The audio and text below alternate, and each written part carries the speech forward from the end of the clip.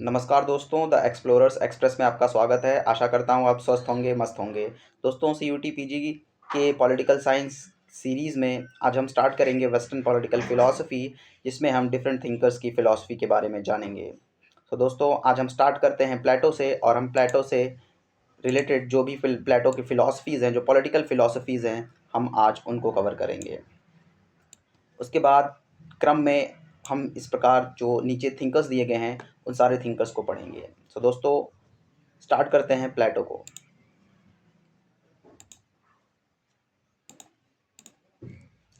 दोस्तों, प्लेटो जो हैं एक अथेनियन फिलोसोफर हैं, जिनका जन्म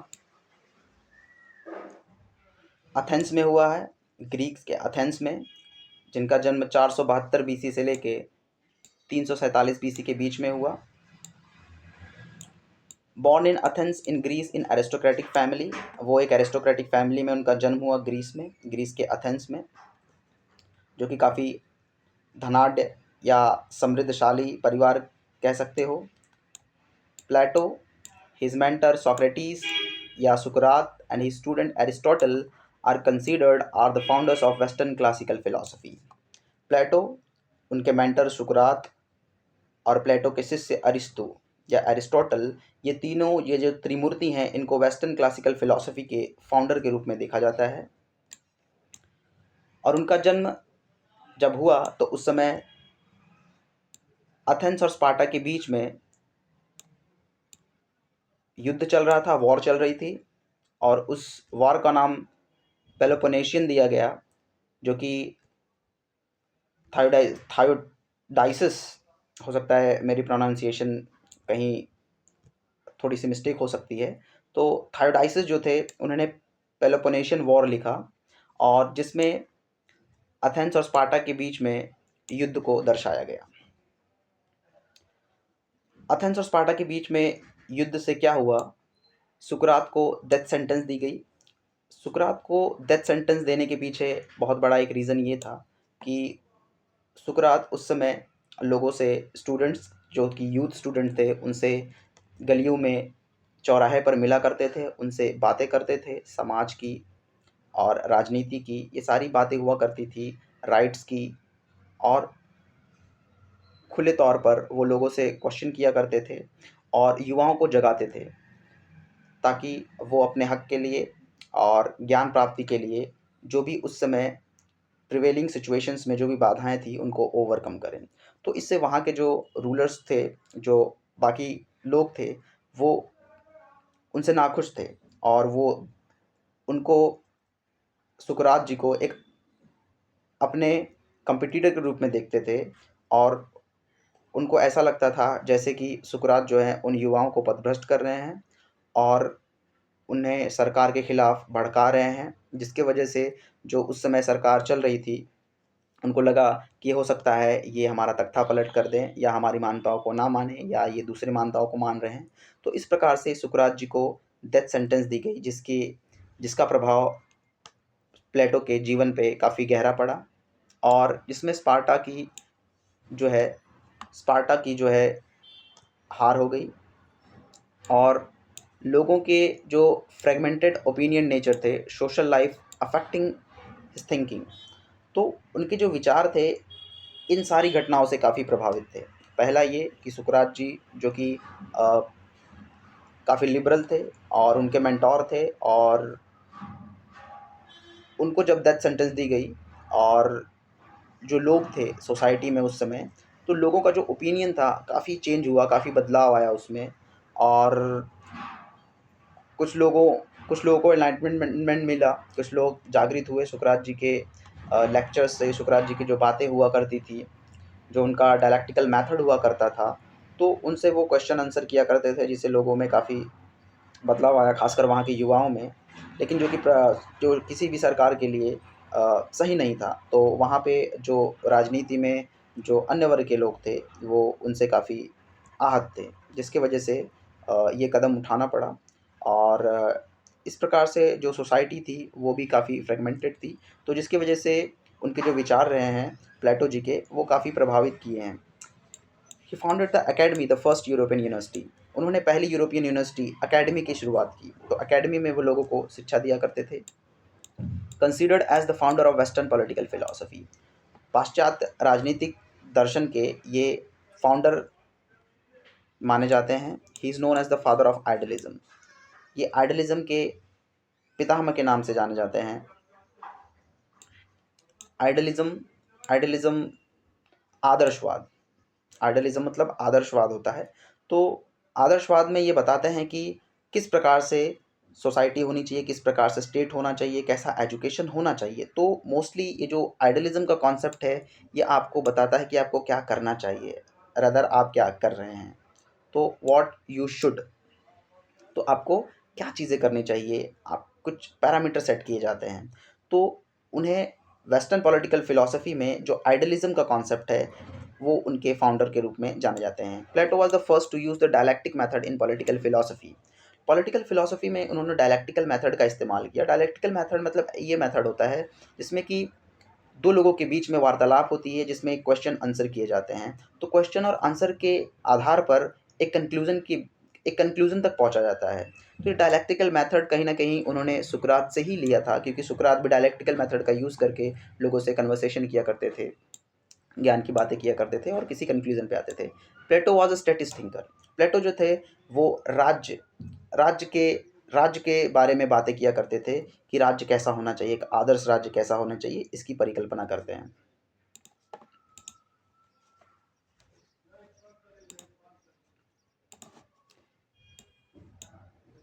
give the greater importance to the state than to the rights of the people living the state. तो वो एक राज्य को एक मानव के राइट से ज़्यादा देखते थे, उससे ऊपर देखते थे।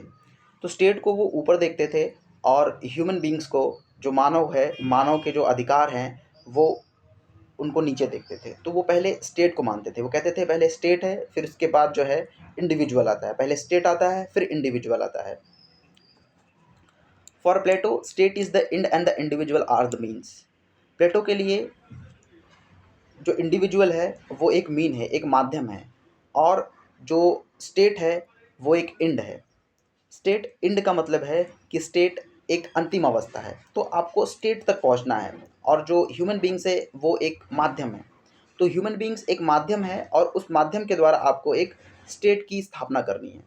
तो आप इंडिविजुअल जो है वो माध्यम है और जो स्टेट है वो एक अंतिम अवस्था है, तो हमें वहाँ तक पहुँचना है।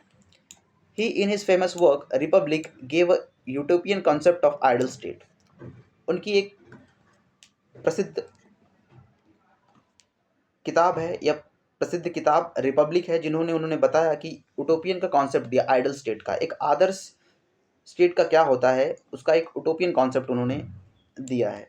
उटोपियन कॉन्सेप्ट मतलब ऐसा कॉन्सेप्ट उन्होंने दिया जो कि एक आदर्शवाद है, आदर्शवादी एक स्टेट है, उसकी परिकल्पना उन्होंने की है जो कि पूरी तरह से उटोपियन है। उटोपियन मतलब एक ऐसे कॉन्सेप्ट को हम कह सकते हैं कि जहाँ तक पहुँचना असंभव के बराबर है। हम बातें तो कर लेते हैं एक आदर्श स्टेट की, लेकिन हम उस आदर्श स्टेट तक पहुंच नहीं पाते हैं।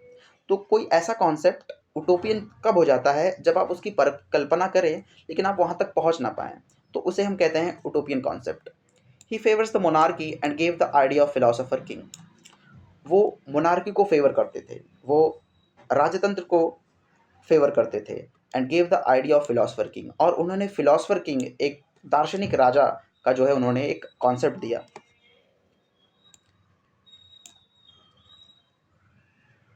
प्लेटो maintains a virtue based concept of ethics.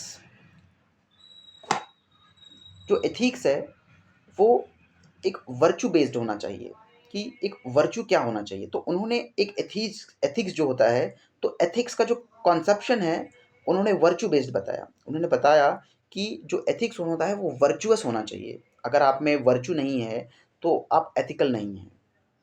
तो उन्होंने एथिक्स को एक वर्च्यू बेस्ड कॉन्सेप्शन बताया कि एथिक्स जो है आपका वर्च्यू बेस्ड होना चाहिए। हैप्पीनेस और well being is the highest aim of moral thought and conduct. Happiness और वेल बीइंग जो होता है is the highest aim of the moral thought and conduct. जो आपके मोरल थॉट और कंडक्ट हैं, आपके जो नैतिक विचार हैं और जो आपकी नैतिकता है उसका जो लक्ष्य है वो आपका हैप्पीनेस है या वेलबींग है। तो हैप्पीनेस हो या वेलबींग हो, वो जो है एक हाईएस्ट एम है आपके नैतिक विचारों और आपकी नैतिकता का। तो आपके विचारों और आपकी नैतिकता जो है उसका जो परम लक्ष्य होना चाहिए वो हैप्पीनेस होना चाहिए, वो वेलबींग होना चाहिए, लोगों की अच्छाई होनी चाहिए, आप खुश होना चाहिए, लोगों के जीवन में खुशी आनी चाहिए इत्यादि।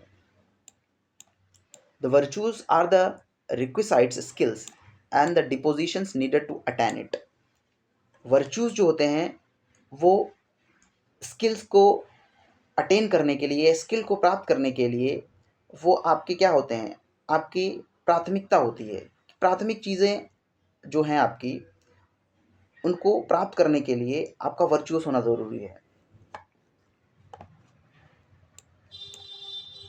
Plato's idea of justice based on the ordered society which will work on one man, one work, one class and one duty. Plato's idea of justice, जो प्लेटो का जस्टिस का आइडिया है, is based on ordered society. वो एक society को एक order में लाने का प्रयास करते हैं और उस सोसाइटी को डिफरेंट कैटेगरीज में कैटेगराइज करते हैं, एक ऑर्डर में कैटेगराइज करते हैं और वो बताते हैं कि किस प्रकार से एक जस्ट स्टेट को हम स्टेबलाइज कर सकते हैं, जिसमें कि एक आदमी होगा, एक काम होगा, एक क्लास होगा और एक ड्यूटी करेगा। वन मैन, जो भी एक आदमी होगा वो एक ही काम करेगा, वो एक क्लास से होगा और उसका एक ड्यूटी होगा। मतलब कि उन्होंने एक ऑर्डर बनाया है, क्लास की सोसाइटी का एक ऑर्डर बनाया है और जिस सोसाइटी में जो आदमी है वो एक काम करेगा, वो एक क्लास से बिलोंग करेगा और उसका कर्तव्य जो होगा एक ही होगा, वो एक ही ड्यूटी को फॉलो करेगा। He was famous for his ideas on the communism of wives and property, which can abolish the private family and property. उनकी एक फेमस आइडिया है, उनका एक प्रसिद्ध विचार है जिसमें कि वो communism of wifes and property की बात करते हैं। वो कहते हैं कि जो वाइफ्स हैं वो एक कम्युनिटी में होनी चाहिए, जो सोल्जर क्लास है और जो रूलर क्लास है उनको मिलाकर एक गार्जियन क्लास बनता है। तो वो बताते हैं कि एक गार्जियन क्लास जो होता है उनमें जो कम्युनिज्म ऑफ वाइफ होना चाहिए और प्रॉपर्टी होना चाहिए। तो उनके पास प्राइवेट प्रॉपर्टी या प्राइवेट वाइफ नहीं होनी चाहिए। उनकी जो वाइफ्स हैं या उनकी जो प्रॉपर्टी है या उनका किचन है जहाँ वो खाते हैं, उनके बच्चे हैं, वो एक कम्यून में होना चाहिए, ना कि उनका पर्सनल होना चाहिए। The philosophers and the warriors because it encourages nepotism, favouritism and factionalism. ये ऐसा इसलिए कहते हैं क्योंकि अगर गार्जियन क्लास अगर पर्सनल प्रॉपर्टी रखने लगे, पर्सनल वाइफ्स रखने लगे, उनके पर्सनल बच्चे होने लगे, तो इससे क्या होगा कि सोसाइटी में डिवाइडेशन होगा, सोसाइटी में करप्शन होगा, नेपोटिज्म होगा, भाई भतीजावाद होगा, फेवरेटिज्म होगा, फैक्शनलिज्म होगा, अलगाववाद होगा। तो ये सारी जो परेशानियां हैं, जो दिक्कत है, वो आ सकती हैं, जिसके वजह से उन्होंने एक विचार दिया कम्युनिज्म ऑफ वाइफ्स और प्रॉपर्टी का। He also gave the theory of allegory of caves.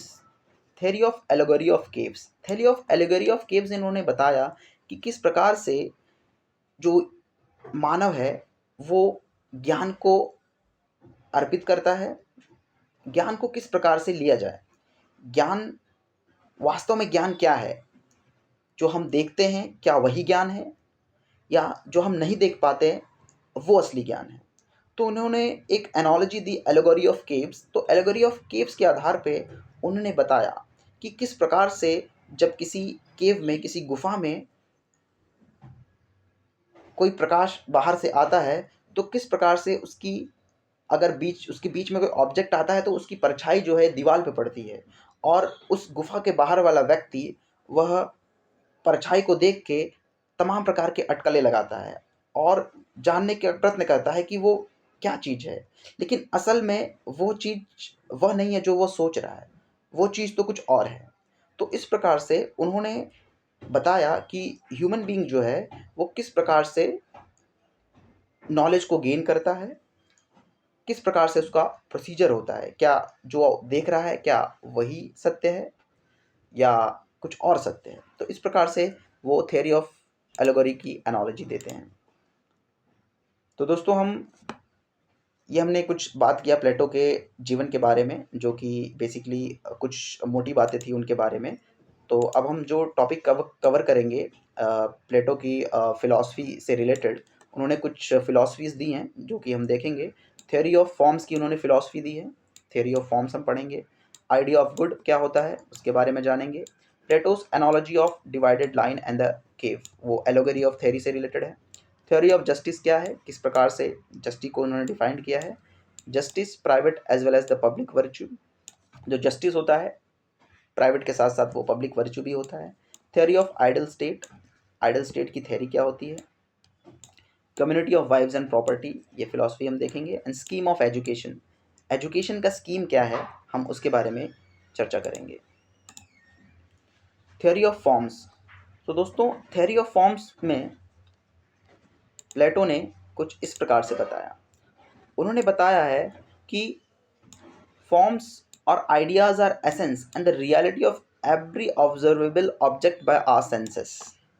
कहते हैं कि फॉर्म्स और ideas are essence and reality of every observable object by our senses. कहते हैं कि जो फॉर्म्स या जो आइडियाज हैं हम उनको किस प्रकार से देखते हैं। सो फॉर्म्स और ideas are essence and the reality of every observable object by our senses। सो हमारे सेंसेस के द्वारा जो रियलिटी है या जो ऑब्जेक्ट्स हैं,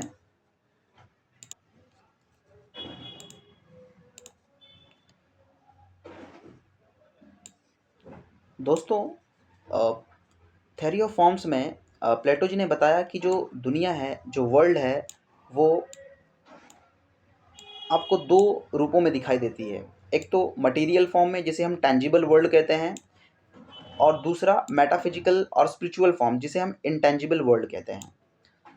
सो जो वर्ल्ड में या दुनिया में जो भी आप चीज़ देखते हैं या जिसको सेंस करते हैं, वो बेसिकली दो चीज़ से बनी होती है। पहला, या तो वो एक मटेरियल फॉर्म में होगी जो कि एक उसका मैटर होगा, और वो किस रूप में है, उसका रूप क्या है, उसका आइडिया क्या है, विचार क्या है, जिसे हम इंटेंजिबल वर्ल्ड कहते हैं, उस चीज़ से बनी हुई है।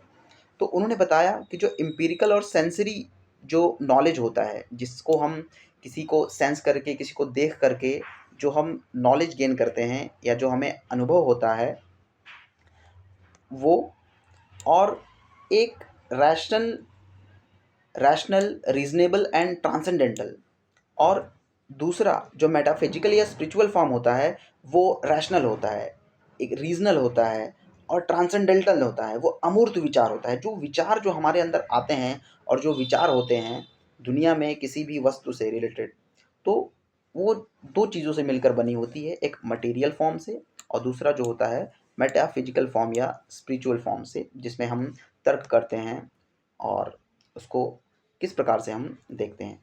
जैसे हम उदाहरण लें एक चेयर का। सो चेयर जो होती है, तो चेयर में आप देखेंगे तो उसमें एक चेयर को आपको बनाने के लिए चेयर क्या चाहिए। अगर कोई बढ़ई है, कोई कारपेंटर है, उसको अगर चेयर बनाना है तो चेयर कैसे बनाएगा। पहले तो वो मटेरियल देखेगा, उसके पास किस मटेरियल या क्या मटेरियल है, किस मटेरियल का वो चेयर बनाएगा, whether it is would, iron या एट्सेट्रा, कोई भी मटेरियल। अब वो उस चेयर को किस रूप में ढालेगा, अब उसका रूप क्या है, किस रूप में उस चेयर को बनाएगा। अगर आप डिफरेंट डिफरेंट कारपेंटर के पास जाएंगे तो आप देखेंगे कि उसने जो मटेरियल यूज़ किया है या जो उसका फॉर्म है वो सबका अलग अलग है। तो इस प्रकार से वो कहते हैं कि हम किसको हम असली ज्ञान माने, या क्या ज्ञान का क्या आधार हो सकता है। क्या जो हम देख रहे हैं, जो मटेरियल हमें सामने दिख रहा है, क्या वो सत्य है, या जो आइडिया है या जो उसका रूप है, जो टेबल का रूप है, जो चेयर का रूप है, क्या वो ही असली नॉलेज है, रियल नॉलेज क्या है। सो आपका जो आइडिया है टेबल को बनाने का, या उसका जो डिज़ाइन आपने दिया हुआ है, इसको जो रूप दिया हुआ है, तो क्या आप उसको ज्ञान मानेंगे। तो प्लेटो साहब थ्योरी ऑफ फॉर्म्स में बेसिकली यही बताते हैं कि जो दुनिया है, दुनिया में कोई भी जो ऑब्जेक्ट है वो दो चीज़ों से बना हुआ है। या तो उसका एक मैटर है, किस मैटर का बना हुआ है, और उसका फॉर्म क्या है, वो किस रूप में है या किस आइडिया के तहत वो दुनिया में आया है। या उसके पीछे की क्या विचार है उसको बनाने का, या उसका आइडिया क्या है। और वो कहते हैं कि forms are the eternal and unchangeable. वो कहते हैं कि जो आइडिया होते हैं, जो फॉर्म्स होते हैं, वो अनचेंजेबल होते हैं। Absolutely true definition of concepts. और वो बताते हैं कि जो कॉन्सेप्ट्स आते हैं वो उसके ट्रू डेफिनेशंस हैं, उसके वास्तव में जो उनकी परिभाषा है वो आइडिया या उनके विचारों में है, ना कि उनके रूप में है। What objects we see in observable world are the copy और शेडो ऑफ देयर फॉर्म। कहते हैं कि जो भी हम चीज़ों को देखते हैं दुनिया में, जो भी चीज़ हमें दिखाई देती है वो उसके रूप का एक प्रतिबिंब होती है। जैसे हम चेयर देख रहे हैं, तो चेयर का जो रूप देख रहे हैं, जो डिफरेंट डिफरेंट डिज़ाइन देख रहे हैं, वो कहीं ना कहीं वो जो आइडिया है, जो हर एक कारपेंटर ने बनाया हुआ है, उसका एक शेडो है। लेकिन जो कारपेंटर के, हर एक कारपेंटर के जो आइडियाज़ हैं वो ट्रांसेंडेंटल हैं, और वही जो है वास्तव में ज्ञान है, या वास्तव में वही रियलिटी है। सारे कॉन्सेप्ट्स की जो रियलिटी है वो आइडिया से है, विचारों से है। नेक्स्ट में कहते हैं कि the notion of reality lies in the world as the material and spiritual form. कहते हैं कि जो रियलिटी है, जो नोशन की रियलिटी है, वो दुनिया की जो रियलिटी का नोशन है वो मटेरियल एंड स्पिरिचुअल फॉर्म, दो चीज़ों से मिलकर बना हुआ है। और जो उसका जो फॉर्म है, जो आइडिया है, वो मटेरियल जो आप देख रहे हैं, वो मटेरियल उस विचार का शेडो है। सो अगर आप दुनिया में कोई भी चीज़ देख रहे हैं, चाहे वो कोई भी वस्तु हो, तो वो कहीं न कहीं एक विचार के तहत आया है और वो उस विचार को निरूपित करता है, उसका एक शैडो है। तो इस प्रकार ने प्लेटो साहब ने थियरी ऑफ फॉर्म दिया। आगे हम बात करेंगे plateaus analogy of divided line in the caves. अब उन्होंने बताया कि किस प्रकार से जो रियलिटी है, उस रियलिटी को कैसे हमें पता करना है या कैसे गेन करना है, वो रियलिटी क्या है, हम किस प्रकार से उस रियलिटी तक पहुंच सकते हैं। क्या हम वस्तु जो देख रहे हैं, क्या वास्तव में वो रियलिटी है, क्या वही वस्तु रियलिटी है, या उसके पीछे जो विचार है वो असली रियलिटी है या रियल ट्रुथ है। तो अगर हम ऑन्टोलॉजी की बात करें दोस्तों, तो बेसिकली ऑन्टोलॉजी में हम किसी भी वस्तु की एक रियलिटी के बारे में हम पता करते हैं। तो जीवन में जो रियलिटी है, सत्य है, सत्य तक कैसे पहुंचा जाए, तो हम उसके बारे में विचार करते हैं। प्लेटो से पहले भी कुछ दार्शनिक रहे हैं, जो कि हेराक्लिटस और पार्मेनिडेस रहे हैं और पाइथागोरस रहे हैं। तो इनके बीच में काफ़ी डिबेट रहा है रियलिटी को लेके कि रियलिटी वास्तव में क्या है। तो किसी ने बताया कि रियलिटी चेंजेबल है, जो सदा लगातार चेंज होते रहता है, वही रियलिटी है। किसी ने बताया कि नहीं, जो रियलिटी है वो चेंज नहीं होता, वो समय के साथ अपरिवर्तित रहता है, वही रियलिटी है। किसी ने बताया, तो ये सारे जो कॉन्सेप्ट्स आए हुए हैं रियलिटी वाले, कहीं न कहीं प्लेटो जी ने वहीं से लिए हुए हैं, और वहीं से ओंटोलॉजी के बारे में या रियलिटी को फाइंड आउट करने का जो उनका सफ़र रहा है, वहीं से तय होता है। So Plato's analogy of divided line and cave में हम जानेंगे कि किस प्रकार से बेसिकली हम ट्रू नॉलेज को गेन करें या रियलिटी को फाइंड आउट करें। दोस्तों, उन्होंने 2 पार्ट्स में इसको कैटेगराइज़ किया है। पहला जो है आपका इंटेंजिबल वर्ल्ड, और दूसरा है आपका टेंजिबल वर्ल्ड। तो टेंजिबल वर्ल्ड वो वर्ल्ड होता है जिसको हम देख सकते हैं, छू सकते हैं, महसूस कर सकते हैं, जो कि फिजिकल फॉर्म में होता है, हम उसे टेंजिबल वर्ल्ड कह लेते हैं। और इनटेंजिबल वर्ल्ड ऐसा वर्ल्ड होता है जिसमें हम तर्क करते हैं, और जिसे हम रीज़न करते हैं, रीज़निंग करते हैं और समझते हैं, नॉलेज गेन करते हैं। तो ये हमारा इंटेंजिबल वर्ल्ड होता है। तो जो इंटेंजिबल वर्ल्ड का जो नॉलेज है, जो इंटेंजिबल वर्ल्ड है, उसका नॉलेज, आप उसको नॉलेज कैसे गेन करेंगे, उसका नॉलेज क्या होगा? रीज़न के थ्रू, अंडरस्टैंडिंग के थ्रू। तो तर्क के द्वारा, समझ के द्वारा आप इंटेंजिबल वर्ल्ड की जानकारी प्राप्त करेंगे।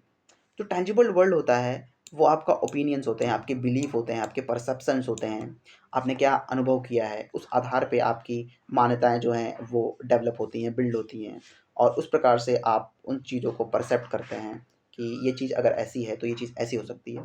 तो ये जो टेंजिबल वर्ल्ड है, हम उसको देख कर, महसूस करके, एक्सपीरियंस के द्वारा हम उसका नॉलेज लेते हैं।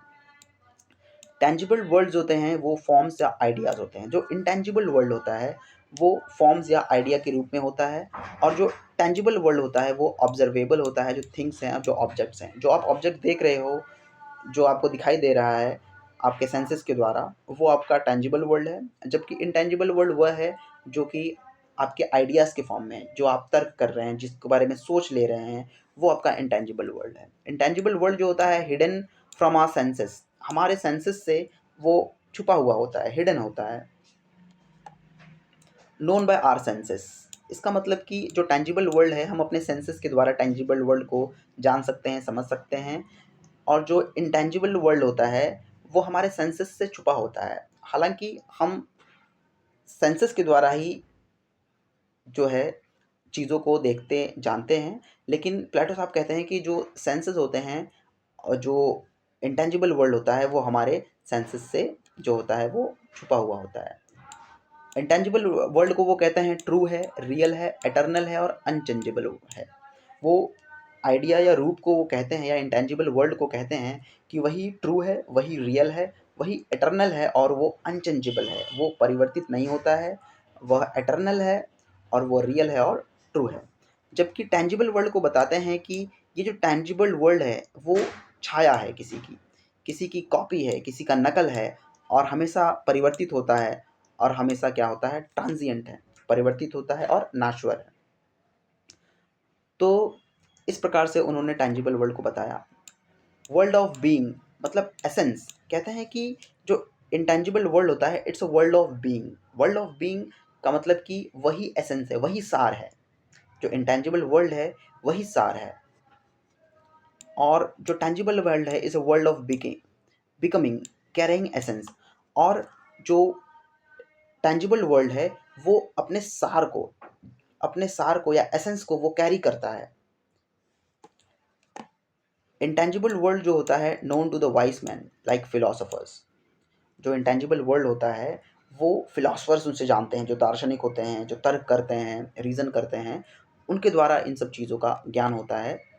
और जो टेंजिबल वर्ल्ड होते हैं वो सभी के द्वारा होता है, जो कि अपने सेंसेस से वो ग्रहण करते हैं, छूने से, देखने से, स्मेल से etcetera. World of sunlight outside the cave, कहते हैं कि जो इंटेंजिबल वर्ल्ड है वो वर्ल्ड ऑफ सन है, लाइट आउटसाइड द केव, जो गुफा है, गुफा के साम बाहर जो एक दुनिया है सनलाइट में, वही हमारा क्या है, इंटेंजिबल वर्ल्ड है। और टेंजिबल वर्ल्ड क्या है, वर्ल्ड इन द केव, जो केव है, इन शेडो ऑफ फायर जो है, वही आपका टेंजिबल वर्ल्ड है। कहने का मतलब ये है कि वो बता रहे हैं कि जो असली दुनिया है वो केव के बाहर है। केव के बाहर जैसे सन है वो रियल है, एसेंशियल है, एसेंस है, तो वो कहते हैं कि जो सन है, जो बाहर की दुनिया है, गुफा के बाहर, वही रियल है। और गुफा के अंदर जो आप देख रहे हैं, जो गुफा है और गुफा में जो शैडो है, जो फायर की वजह से जो शैडो बना हुआ है, वो क्या है, वो आपका टेंजिबल वर्ल्ड है, जो कि हमेशा चेंज होते रहेगा और जो कि ट्रांसेंडेंटल नहीं है, वो ट्रू नॉलेज नहीं है। तो प्लेटो ने अपनी थ्योरी में ये चीज़ें कवर की, जिसमें उन्होंने बताया कि इनटेंजिबल वर्ल्ड और टेंजिबल वर्ल्ड क्या होता है, किसी भी वस्तु को लेकर हम किस प्रकार से या किसी भी एक ज्ञान तक पहुंचने में ट्रू नॉलेज हमारा क्या होता है, आइडियाज़ होते हैं। और उस आइडिया के जो शेडो होते हैं वो आपके जो मैटर्स होते हैं, जो मटेरियल्स होते हैं, जो भी थिंग्स आप ऑब्जेक्ट देखते हो, वो उसके शेडोज़ होते हैं या वो उसके एसेंस को लेके कैरी करते हैं। नेक्स्ट हम दोस्तों बात करेंगे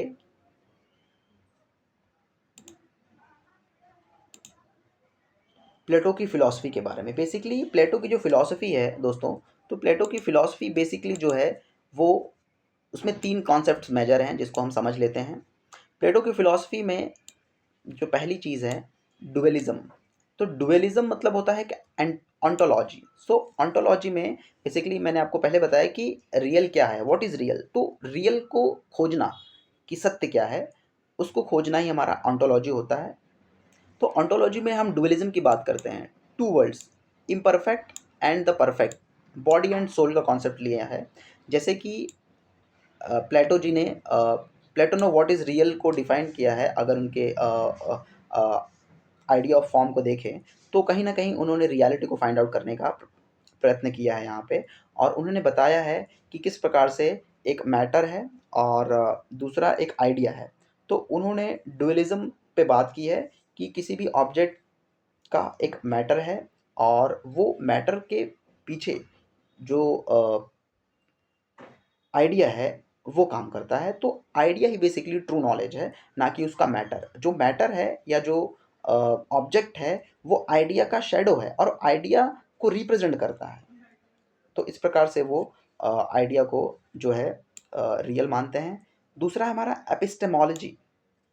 एपिस्टेमोलॉजी क्या होता है? एपिस्टेमोलॉजी मतलब कि ज्ञान को प्राप्त करना। किस प्रकार से हम ज्ञान को प्राप्त करेंगे? Epistemology epistemology means rationalism. आप थॉट के द्वारा ट्रुथ तक जाएंगे। आपके जो विचार हैं, आप तर्क करेंगे, रीज़न करेंगे और आप तर्क करके जब आप रियलिटी के तक पहुँचेंगे, तो वो जो प्रोसेस होता है आपका एपिस्टेमोलॉजी में आता है। एपिस्टेमोलॉजी का मतलब है हाउ डू आई नो, आप कैसे चीज़ों को जानते हैं। ज्ञान मीमांसा जिसे हम कहते हैं, एपिस्टेमोलॉजी। ज्ञान किस प्रकार से ज्ञान अर्पित किया जाता है, किस प्रकार से हमें पता चला कि ये जो फला चीज़ है, ये बॉटल है, फला चीज़ चेयर है। तो इन सब का नॉलेज हमें कैसे मिला? रीज़न के द्वारा, तर्क के द्वारा। तो एपिस्टेमोलॉजी है। तो एपिस्टेमोलॉजी में किस प्रकार से हम नॉलेज गेन करें, इसके बारे में प्लेटो जी ने बताया है और नॉलेज को गेन करने के लिए उन्होंने आइडिया ऑफ फॉर्म दिया है। नेक्स्ट हमारा है व्हाट इज़ गुड, एक्सियोलॉजी।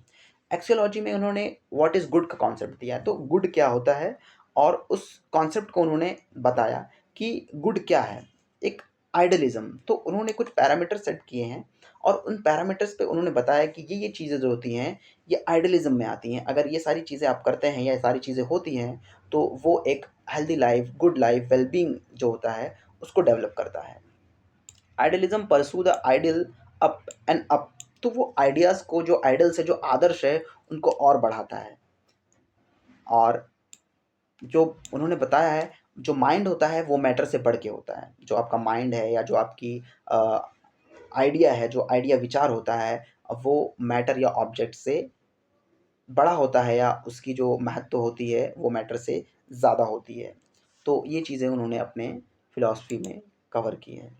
तो दोस्तों आशा करता हूँ आप प्लेटो की फ़िलॉसफ़ी के बारे में थोड़ा उनका बेसिक जो है वो समझ गए होंगे और मैंने भी काफ़ी प्रयास किया इसको समझाने के लिए।